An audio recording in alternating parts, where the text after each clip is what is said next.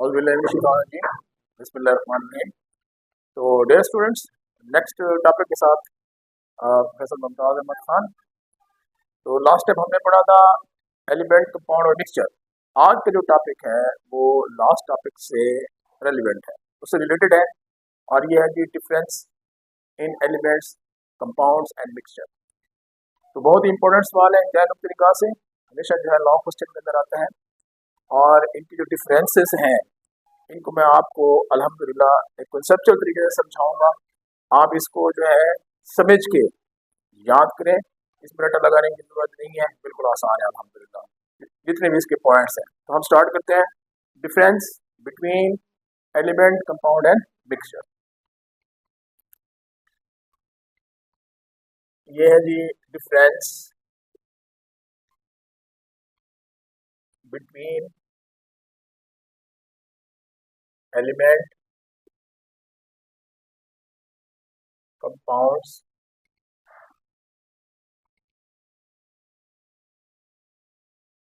And mixtures.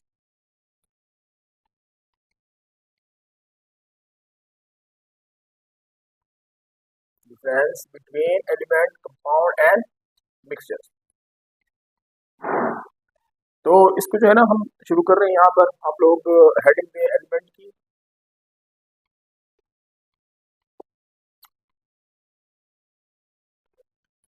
यहाँ पे आप लोग जो है लिखेंगे कंपाउंड, और उसके बाद यहाँ पे लिखेंगे मिक्सचर, मिक्सचर्स। तो सबसे पहले जो है ना, सबसे पहले आप लोगों ने फर्स्ट पॉइंट के अंदर जो है ना, आप लोगों ने तीनों की जो है ना डेफिनेशन लिखनी है।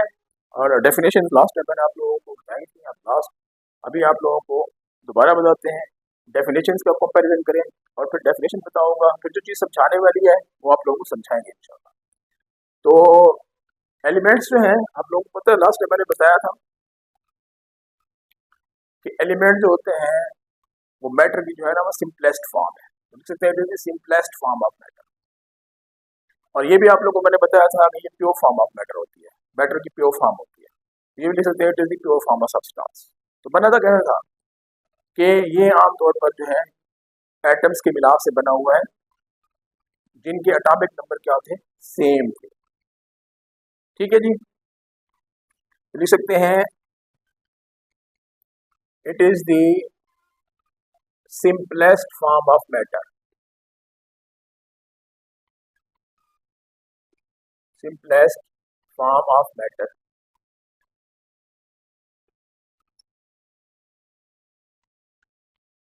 It is a pure substance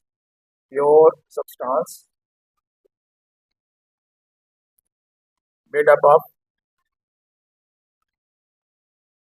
या ये भी लिख सकते हैं प्योर सब्सटेंस containing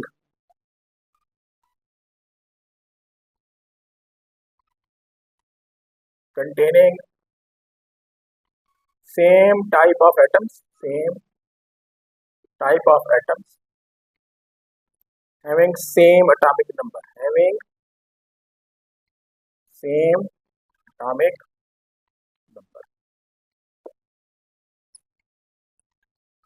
तो कहेंगे जी ये मैटर की सिंपलेस्ट फॉर्म होती है, मादा की सादा तरीन हालत है। ये एक प्योर सब्सटेंस है जो कि एक जैसे एटमों से बना हुआ है, जिनके एटॉमिक नंबर क्या थे, सेम।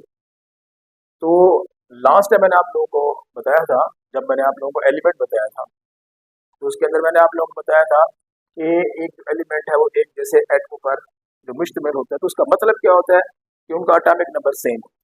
ठीक है, एटॉमिक नंबर सेम होने से मुराद है उनमें प्रोटॉन की तादाद क्या होती है, सेम होती है। ठीक है, अब जैसे मिसाल के तौर पर आप लोगों के पास जो है, अगर मैं हाइड्रोजन की बात करता हूँ, हाइड्रोजन एलिमेंट की, हाइड्रोजन, तो हाइड्रोजन जो है 1 1 1 ऊपर वाला एटॉमिक नंबर है। एटॉमिक नंबर से मुराद होती है किसी एटम के न्यूक्लियस में मौजूद प्रोटॉन्स की तादाद या फिर इलेक्ट्रॉन की तादाद, क्योंकि प्रोटॉन इलेक्ट्रॉन इक्वल होते हैं। वैसे ये होता है किसी एटम के न्यूक्लियस में प्रोटॉन की तादाद। ठीक है, तो इसका 1 2 इसका 3, ऊपर वाला एटॉमिक नंबर है, नीचे वाला मास नंबर है। मास नंबर होता है किसी एटम के न्यूक्लियस में प्रोटॉन और न्यूट्रॉन की मजमूई तादाद।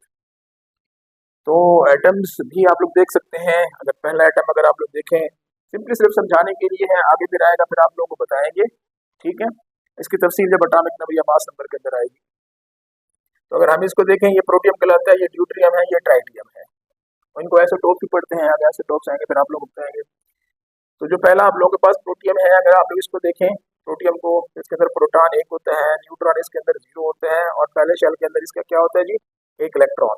दूसरा अगर आप देखें, ये ड्यूट्रियम है, प्रोटॉन इसके अंदर 2 होते हैं, सॉरी, प्रोटॉन इसके अंदर 1 होगा, न्यूट्रॉन इसके अंदर 1 होगा, और पहले शेल के अंदर इसका क्या होगा, 1 इलेक्ट्रॉन। तीसरा जो देखेंगे वो ट्राइटियम है, प्रोटॉन इसके अंदर है 1, न्यूट्रॉन इसके अंदर है 2, और पहले शेल के अंदर वही होगा 1 इलेक्ट्रॉन। तीनों आप लोग ये हाइड्रोजन एलिमेंट के एटम है, हाइड्रोजन एलिमेंट के एटम हैं, और सारे के तीनों एटम जो है वो एक जैसे हैं। एक जैसे होने से क्या मतलब है, तीनों का एटॉमिक नंबर 1 है। क्या है जी, इसका भी 1 है, इसका भी 1, इसका भी 1। एटॉमिक नंबर 1 का मतलब क्या है कि इसमें प्रोटॉन भी सेम है। तो आप लोग देखें ना, प्रोटॉन इसमें भी 1 है, प्रोटॉन इसमें भी 1 है, प्रोटॉन इसमें भी क्या है। तो ये आप लोगों के पास उसकी जो है वो डेफिनेशन है, ठीक है। इस डेफिनेशन का जो एक और पार्ट है वो आ गया है, फिर आप लोग बताएंगे। अभी यहाँ पे सेम टू सेम आप लोगों के पास जो कंपाउंड्स होते हैं, कंपाउंड ये भी प्योर फॉर्म होते हैं सब्सटेंस के, ठीक है। तो it is a pure form of a substance, ठीक है, या it is a pure substance भी आप लिख सकते हैं, जैसे मैंने यहाँ पे लिखा है it is a pure substance. तो ये भी आप लोगों के पास क्या है, प्योर सब्सटेंस है, ठीक है। तो बना हुआ कैसा था, मेड अप ऑफ 2 और more elements chemically combined together in a fixed ratio by mass. जब 2 या 2 से ज्यादा एलिमेंट्स कीमियाई तौर पर मुतय्यन निस्बत बिलहाज मास से मिलते हैं, फिर आप लोगों के पास क्या बनता है, कंपाउंड। तो लिख सकते हैं it is a pure substance, it is a pure substance, ठीक है जी। Made up of, made up of 2 और more elements chemically combined together, chemically combined together in a fixed ratio, in a fixed ratio by mass, ठीक है। जो मैंने आप लोगों को एलिमेंट कंपाउंड से बताया था, तो कंपाउंड के अंदर जो है ना, फिर मैंने आप लोगों को ये डेफिनेशन को समझाते हुए इसकी मैंने मिसाल दी थी, और किस तरीके से मैंने बताया था, किस तरीके से जब एलिमेंट्स आपस में केमिकली कंबाइन होते हैं, तो एलिमेंट्स के जो मासेस होते हैं उनमें एक फिक्स्ड रेशियो होती है, मुतय्यन निस्बत होती है, ठीक है। तो जब एलिमेंट्स जो है एक फिक्स्ड रेशियो से मिलते हैं, तो फिर आप लोगों के पास जाके बनता है क्या, एक कंपाउंड। अब मिसाल के तौर पर आप लोगों के पास जो है, अगर आप लोग देखें, वाटर बनता है H2O, लास्ट में मैंने बताया था, ठीक है जी, H2 प्लस 1/2O2, ठीक है। तो ये H2 आप लोगों के पास बन गया। तो जब H2O बनता है, तो आमतौर पर जो है हाइड्रोजन और ऑक्सीजन के जो मासेस होते हैं उनमें एक फिक्स्ड रेशियो थी। तो इनकी जो मासेस में फिक्स्ड रेशियो थी, ये आप लोगों के पास है 1/8, ठीक है। 2/16 मैंने आप लोगों को बताया था, सिंपली करेंगे तो 1/8 की। इस तरीके से अगर आप लोग कार्बन डाइऑक्साइड की मैंने आप लोगों को मिसाल दी थी, C+O2, ठीक है, लिख सकते हैं CO2। तो ये आप लोगों के पास सॉलिड था, गैस, लास्ट टाइम मैंने आप लोगों को बताया था, ये आप लोगों के पास जो है एक गैसोस फॉर्म के अंदर है। तो जब कार्बन डाइऑक्साइड के साथ मिलता है, कार्बन डाइऑक्साइड बनाते हैं, तो इनके मासेस में जो फिक्स्ड रेशियो थी, अगर आप याद करें, 12 और 32 मैंने आप लोगों को बताया था, या फिर आप लोग इसको ले लें 3 और 8 की सिंपल रेशियो, ठीक है। तो आप लोग मिसाल में लिख सकते हैं कि जब कंपाउंड पानी बनता है, तो उसको बनाने वाले जो एलिमेंट्स होते हैं, हाइड्रोजन और ऑक्सीजन, उनके मासेस में 1 और 8 की फिक्स्ड रेशियो होती है। कार्बन डाइऑक्साइड जब बनती है, तो कार्बन डाइऑक्साइड को बनाने वाले जो एलिमेंट्स हैं, कार्बन और ऑक्सीजन, उनके मासेस में 3 और 8 की क्या होती है जी, फिक्स्ड रेशियो, ठीक है। लास्ट टाइम मैंने आप लोगों को बताया था। तो अब देखिए इसकी डेफिनेशन के अंदर है, एक पॉइंट आप लोगों के पास यहाँ पे हो जाता है, ठीक है। अब इस तरीके से आप लोगों के पास जो नेक्स्ट टॉपिक, नेक्स्ट पॉइंट आप लोगों के पास हो जाएगा 2 पे। तो एलिमेंट जो मैंने आपको समझाया था, डिटेल में आप लोगों को बताया था मैंने यहाँ पर, वही जो चीजें आप लोगों को बताई थी, उन्हीं को ध्यान में रखकर आप लोग डिफरेंस करते जाएं। पहली बात देखें, डेफिनेशन के अंदर आ गया। दूसरे में जो है, एक आप लोगों के पास एलिमेंट होता है, इस एलिमेंट को केमिकल रिएक्शन के जरिए तोड़ा नहीं जा सकता।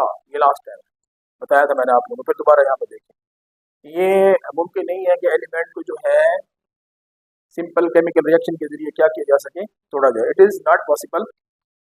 क्या लिखेंगे जी? इट इज़ नॉट पॉसिबल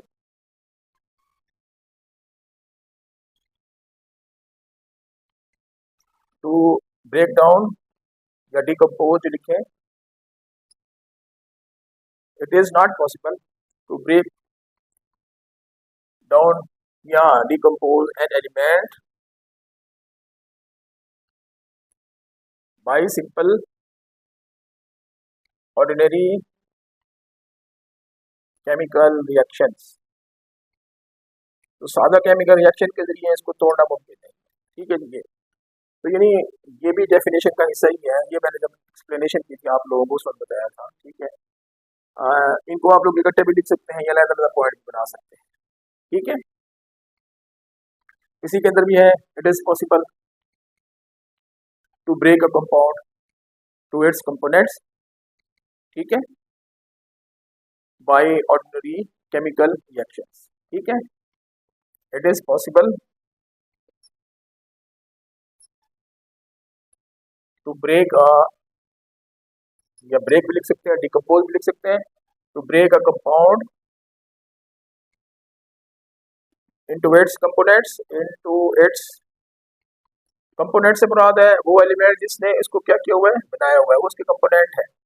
जैसे H2O को तोड़ेंगे तो उसके को वो कंपोनेंट में चला जाएगा हाइड्रोजन ऑक्सीजन के अंदर। कार्बन डाइऑक्साइड को तोड़ेंगे तो चला जाएगा किसके अंदर, कार्बन और ऑक्सीजन के अंदर। It is possible to break या decompose compound into its components by ordinary chemical reactions.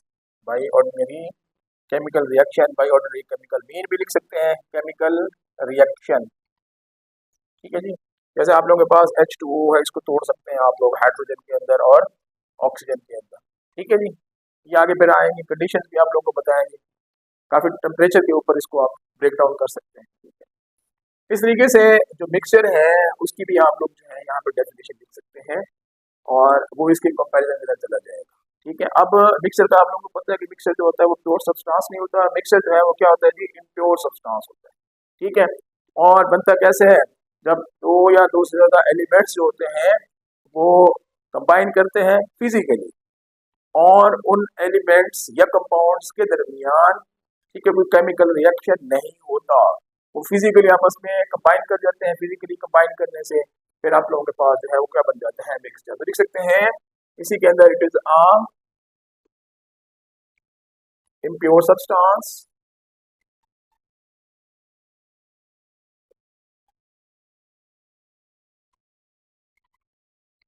ये आप लोगों के पास है जी इम्प्योर सब्सटेंस। और बनता कहते हैं when two are more elements are compounds mix up physically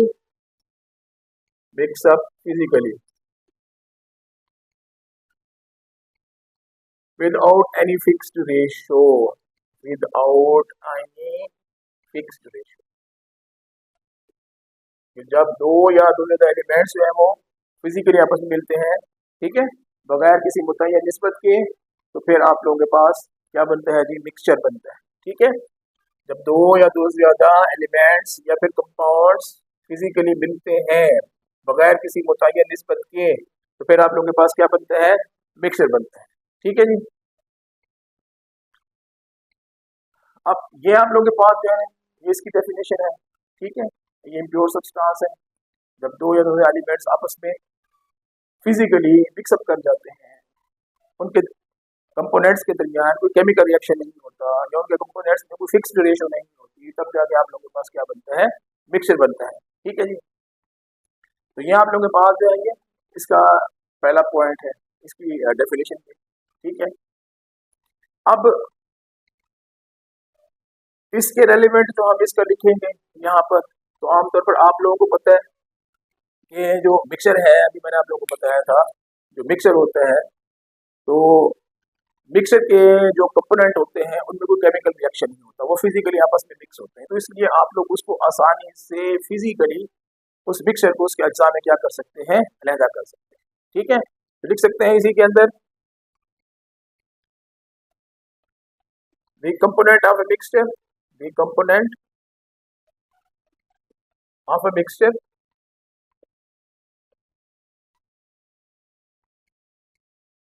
are not bound chemically, वो केमिकली तौर पर बॉन्ड नहीं होते। ठीक है, therefore components are separated, components are separated by physical methods। ठीक है, by तो फिजिकल मेथड्स के जरिए आप लोग उन कंपोनेंट्स को क्या कर सकते हैं जी, अलहदा कर सकते हैं। जैसे मैंने आप लोगों को लास्ट टाइम बताया थे कि कौन कौन से फिजिकल मेथड होते हैं जिनके तहत आप लोग मिक्सर को उसके अज्जा में क्या कर सकते हैं, तब्दील कर सकते हैं, क्योंकि मिक्सर जो होता है उस मिक्सर के कंपोनेंट्स में कोई केमिकल रिएक्शन नहीं होता। ठीक है, इस वजह से ठीक, तो उनको आप लोग सेपरेट कर सकते हो आसानी के साथ फिजिकल मेथड के जरिए। जैसे लास्ट टाइम मैंने आप लोगों को बताया था कि आप लोगों के पास जो है वो कौन कौन से डिस्टिलेशन हो सकते हैं, आप लोगों के पास फिल्ट्रेशन हो सकते हैं, ऑपरेशन हो सकते हैं, एटसेट्रा और भी बहुत सारे। ठीक है जी, आप सिंपली आप लोग देखें, आप लोगों के पास सैंड है, क्ले है और वाटर है, ये आपस में जब मिक्स होंगे तो इनके दरमियान कोई केमिकल रिएक्शन नहीं होता, तो आप लोग आम फिजिकल मेथड्स के जरिए रेत को, क्ले को या वाटर को इससे क्या कर सकते हैं, अलग कर सकते हैं। चलिए ये आप लोगों के पास जो है इसके टू नंबर हो जाते हैं। तीसरा जो है इसके अंदर फिर आप लोगों को बताते हैं, तीसरा पॉइंट जो होता है वो ज़्यादातर आपस में रेलिवेंट है किसके दरमियान, कंपाउंड और किसके दरमियान, मिक्सचर के दरमियान। ठीक है, एलिमेंट के हवाले से वो रेलिवेंट नहीं है, लेकिन फिर आप लोगों को बताते हैं किस तरीके। चलिए जिसके जो थर्ड पॉइंट है वो अमूमन जो है एलिमेंट से थोड़ा रेलिवेंट तो नहीं है, लेकिन कंपाउंड और मिक्सचर से रेलिवेंट है। अब लास्ट में मैंने आप लोगों को बताया था कि जब आप लोगों के पास कोई कंपाउंड बनता है तो कंपाउंड जब एलिमेंट बना देते हैं तो कंपाउंड के अंदर वो एलिमेंट अपनी खसूसियात खो देते हैं, अपनी शिनाख्त को खो देते हैं, और आप लोगों के पास एक बिल्कुल नई चीज़ बनती है, नई शय बनती है, कंपाउंड जो होता है, और उस कंपाउंड की खसूसियात उसको बनाने वाले एलिमेंट्स की खसूसियात से बिल्कुल मुख्तलिफ होती है। ठीक है, लेकिन मिक्सचर के मामले के अंदर ऐसा नहीं होता। मिक्सचर को जो बनाने वाले एलिमेंट्स होते हैं या कंपाउंड्स होते हैं वो अपनी खसूसियात को बरकरार रखते हैं, अपनी शनाख्त को भी बरकरार रखते हैं। दूसरे अल्फाज में जो मिक्सचर होता है उस मिक्सचर की जो खसूसियात होती हैं वो उसके कंपोनेंट की खसूसियात का क्या होती है, मजमुआ। ठीक है, तो इसको आप फिर अल्फाज की सूरत में आप लिखेंगे। ठीक है जी, थर्ड पॉइंट के अंदर हवाले से इसको, इसके अंदर ये रेलिवेंट नहीं है, इसका पॉइंट जो है। ठीक है, बुक में तो वैसे उसने लिख दिया है लेकिन रेलिवेंट नहीं है, आप लोग उसको ऐसे फॉलो करें। लिखेंगे the properties of a compound is different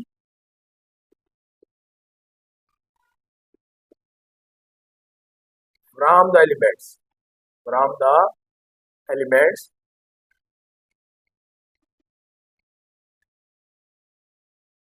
from which it is formed, from the elements from it is formed, यानी जिन एलिमेंट से एक कंपाउंड बना हुआ है उन एलिमेंट से एक कंपाउंड की खसूसियात जो है वो क्या होती है, मुख्तलिफ होती है। ठीक है, इसके अलावा कंपाउंड के अंदर जो है वो जो कंपोनेंट्स होते हैं वो अपनी जो आइडेंटिटी होती है उसको क्या कर देते हैं, ख़त्म कर देते हैं, अपनी खसूसियत को ख़त्म कर देते हैं। इन अ कंपाउंड लिखेंगे जी, in a compound the components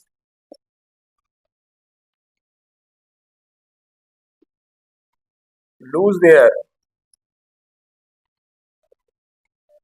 identity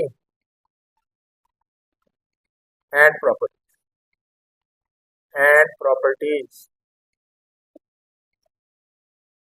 ठीक है जी, कंपाउंड के अंदर जो होते हैं वो जो कंपोनेंट्स होते हैं वो अपनी शिनाख्त को, अपनी खसूसियत को क्या कर देते हैं जी, खो देते हैं आमतौर पर। और इसके जब वो कंपोनेंट्स केमिकली कंबाइन करते हैं तो कंपोनेंट्स अपनी शिनाख्त और खसूसियत को खो देते हैं, फिर आप लोगों के पास एक बिल्कुल नई शय बनती है जिसको आप क्या पढ़ सकते हैं, compound. Properties of a compound is different from the elements from it is form, जिन एलिमेंट से एक कंपाउंड बना हुआ होता है उससे उसकी खसूसियात क्या होती है, मुख्तलिफ। ठीक है। और जो कंपाउंड के कंपोनेंट्स होते हैं, कंपाउंड के अंदर अपनी शनाख्त और खसूसियात को खो देते हैं, लेकिन मिक्सचर में ऐसा नहीं होता। मिक्सचर के अंदर भी मैंने आप लोगों को बताया है, मिक्सचर के कंपोनेंट्स अपनी खसूसियात को और अपनी शनाख्त को बरकरार रखते हैं, और मिक्सचर की जो खसूसियात होती हैं वो उसके कंपोनेंट की खसूसियात का मजमुआ होता है। ठीक है। इसके अंदर लिखेंगे the properties of a mixture, properties of a mixture is the sum of those of its components।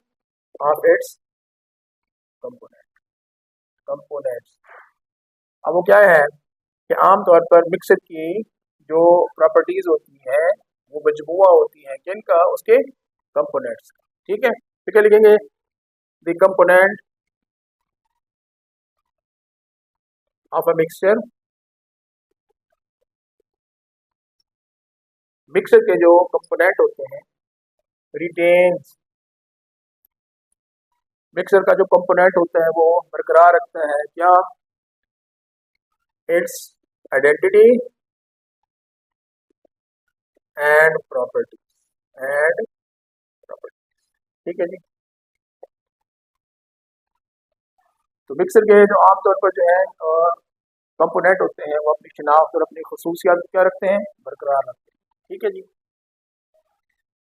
तो ये आप लोगों के पास लिख सकते हैं आप लोग थर्ड पॉइंट के हवाले से। ठीक है। इसके रेलिवेंट जो है वो कोई एलिमेंट का वो नहीं है। और लास्ट में जो है हम जो ले जाएंगे वो है जी टाइप्स। आमतौर पर आप लोग को याद होगा, ये लास्ट पॉइंट आप लोग बना सकते हैं इसका 4 इसके हवाले से। ठीक है। टाइप्स जो आप लोगों को मैंने बताया थी एलिमेंट जो होते हैं, अगर आपको याद है तो एलिमेंट जो है वो आमतौर पर एटॉमिक फॉर्म में भी होता है। ठीक है जी। एलिमेंट जो है वो आमतौर पर जो है मॉलिक्यूलर फॉर्म में भी होता है, मॉलिक्यूलर फॉर्म के। ठीक है। अगर आप लोगों के पास जो है एलिमेंट जो है एटॉमिक फॉर्म तो फिर एलिमेंट को हम रिप्रेजेंट करते हैं सिंबल से। ठीक है जी।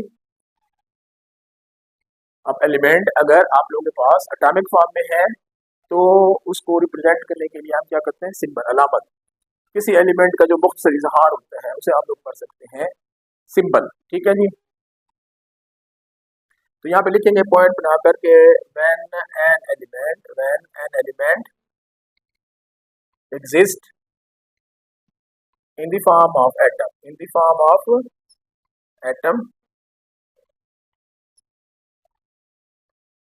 it is represented by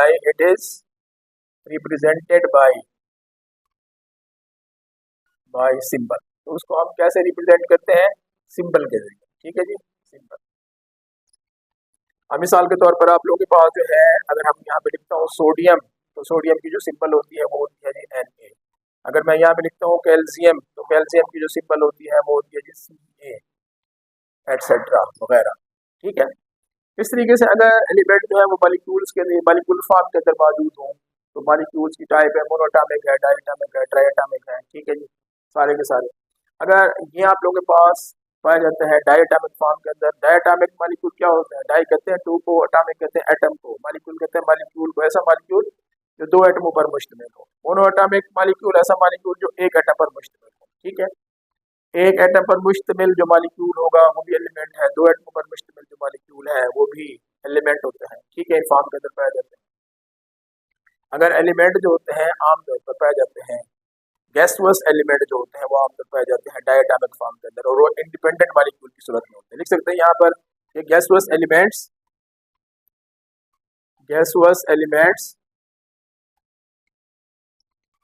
exist independent molecule exist independent molecules। ये जो गैसुअस एलिमेंट होते हैं वो इंडिपेंडेंट मॉलिक्यूल की सूरत में एग्जिस्ट करते हैं। Molecule gaseous element exist as independent molecule. ठीक है जी। मिसाल के तौर पर आप लोगों के पास जो है नाइट्रोजन है, ठीक है, मॉलिक्यूल वैसे कैसे बनता है, एटमों के मिलाप से। दो एटम मिल जाएंगे, जैसे नाइट्रोजन नाइट्रोजन मिलता है जो N2 बन जाएगा आप लोगों के पास। ठीक है, ऐसे आप लोगों के पास ऑक्सीजन है, दो एटम ऑक्सीजन के जब मिल जाएंगे केमिकली, वो कंबाइन करते हैं, तो फिर आप लोगों के पास O2 बनता है। एक O दूसरे O के साथ जब केमिकली कंबाइन करेगा O2 बनेगा, तो फिर आप लोगों के पास क्या बन जाएगा, मॉलिक्यूल। इस तरीके से जो नोबल गैसेस होती हैं जी, नोबल गैसेस ठीक है, exist as monoatomic molecule, as monoatomic molecule. अब वो कहते हैं जो नोबल गैसेस होती हैं वो मोनोएटॉमिक मॉलिक्यूल की सूरत में, यानी ऐसा मॉलिक्यूल जो एक एटम पर क्या होता है, मुश्तमिल होता है, उसकी शक्ल में पाया जाता है। अब N2 और O2 तो डायटॉमिक थी, यानी दो एटम, एक नाइट्रोजन दूसरा नाइट्रोजन, दो एटम पर मुश्तमिल थी, और ये एक एटम पर मुश्तमिल है। ठीक है, मोनोएटॉमिक है। मिसाल के तौर पर है आप लोगों के पास हीलियम, ठीक है, नियॉन, आर्गन एटसेट्रा। अब देखें एक ही एटम, तो ये आप लोग जो है इसकी टाइप्स के अंदर लिख सकते हैं।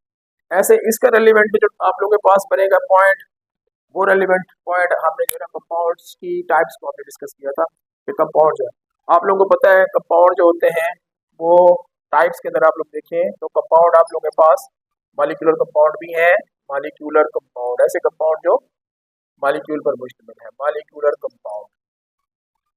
मिसाल के तौर पर आप लोगों के पास है जी HCl, ठीक है, आप लोगों के पास है जी H2O, ठीक है, मिसाल के तौर पर आप लोगों के पास NH3 ETC, ये मॉलिक्यूलर कंपाउंड है आप लोगों के पास। ऐसे कंपाउंड आप लोगों के पास जो है वो आयनिक कंपाउंड जो होते हैं, फिर ठीक है, आयनिक कंपाउंड जो आयंस पर मुश्तमिल है, आयनिक कंपाउंड, ये आगे आएंगे, फिर आप लोगों को डिटेल के साथ बताएंगे। मिसाल के तौर पर आप लोगों के पास है जी NaCl, ठीक है, सोडियम क्लोराइड की मिसाल है। आप लोगों के पास कैल्शियम क्लोराइड CaCl2 की मिसाल है। ठीक है, तो ये सारे आयनिक कंपाउंड होते हैं क्योंकि ये आयंस पर मुश्तमिल है, sodium ion, chloride, calcium ion और क्लोराइड है। ठीक है, ऐसे फिर आप लोगों के पास कोवलेंट कंपाउंड्स हैं, कोवलेंट कंपाउंड्स, तो ये आप लोगों के पास है कोवलेंट कंपाउंड्स। कोवलेंट कंपाउंड के अंदर जो एटम होते हैं आप उसमें कोवलेंट बॉन्ड के लिए जुड़े होते हैं, तो ये बॉन्ड आगे आएंगे चैप्टर, फिर आप लोगों को केमिकल बॉन्डिंग बताएगा, फिर आप लोगों को बताएंगे। तो सिर्फ आप लोग ये ध्यान के अंदर रखिए कि मॉलिक्यूलर कंपाउंड है, आयनिक कंपाउंड है, उसकी मिसालें हैं, कोवलेंट कंपाउंड है। ठीक है, अब कोवलेंट कंपाउंड के अंदर जो है फिर आप लोगों के पास जो है बहुत सारी मिसालें हैं, जैसे अब H2 आप लोगों के पास है, ये भी कोवलेंट कंपाउंड है। हाइड्रोजन अगर आप लोग देखें, नाइट्रोजन आप लोग देखें, ये कोवलेंट कंपाउंड है सारे के सारे, क्योंकि इसके अंदर कोवलेंट बॉन्ड पाया जाता है। ठीक है, ये ले लें आप लोग, H2 की मिसाल ले सकते हैं, NH3 की मिसाल ले सकते हैं, तो ये कोवलेंट कंपाउंड है सारे के सारे। इस तरीके से अगर आप लोग इसके पॉइंट के अंदर देखें तो इसका भी टाइप्स के अंदर बनता है। आप लोग को ये पढ़ा था कि आमतौर पर जो मिक्सचर होते हैं, मिक्सचर जो है ये आप लोगों के पास होमोजीनियस भी होते हैं, होमोजीनियस, और मिक्सचर आप लोगों के पास जो है हेट्रोजीनियस भी होते हैं। अब होमो कहते हैं सेम को, और जीनियस कहते हैं कंपोजिशन को या कंसंट्रेशन को, हेट्रो कहते हैं डिफरेंट को, और जीनियस कहते हैं कंपोजिशन या कंसंट्रेशन को। सेम कंसंट्रेशन, ऐसा मिक्सचर जिसकी अज्जा की तरकीब हर जगह यकसा हो, और ऐसा मिक्सचर जिसकी अज्जा की तरकीब हर जगह यकसा ना हो। Mixture which have uniform composition through out, mixture which do not have uniform composition through out. ठीक है, mixtures which have uniform composition through out, uniform composition through out. अब मिसाल के तौर पर इसकी मिसाल हमने ली थी, ठीक है, solution of salt, solution of salt, ठीक है, सॉल्ट का सोल्यूशन हो गया आप लोगों के पास, वाटर हो गया आप लोगों के पास, एयर आप लोगों के पास हो गई, डिटेल मैंने आप लोगों को बताई थी। अब हेट्रोजीनियस, हेट्रो कहते हैं डिफरेंट को, जीनियस कहते हैं कंपोजिशन या कंसंट्रेशन को। तो ऐसा मिक्सचर जिसके अज्जा की तरकीब हर जगह यकसा नहीं होती, द मिक्सचर विच है do not have uniform composition through out, the mixture which do not have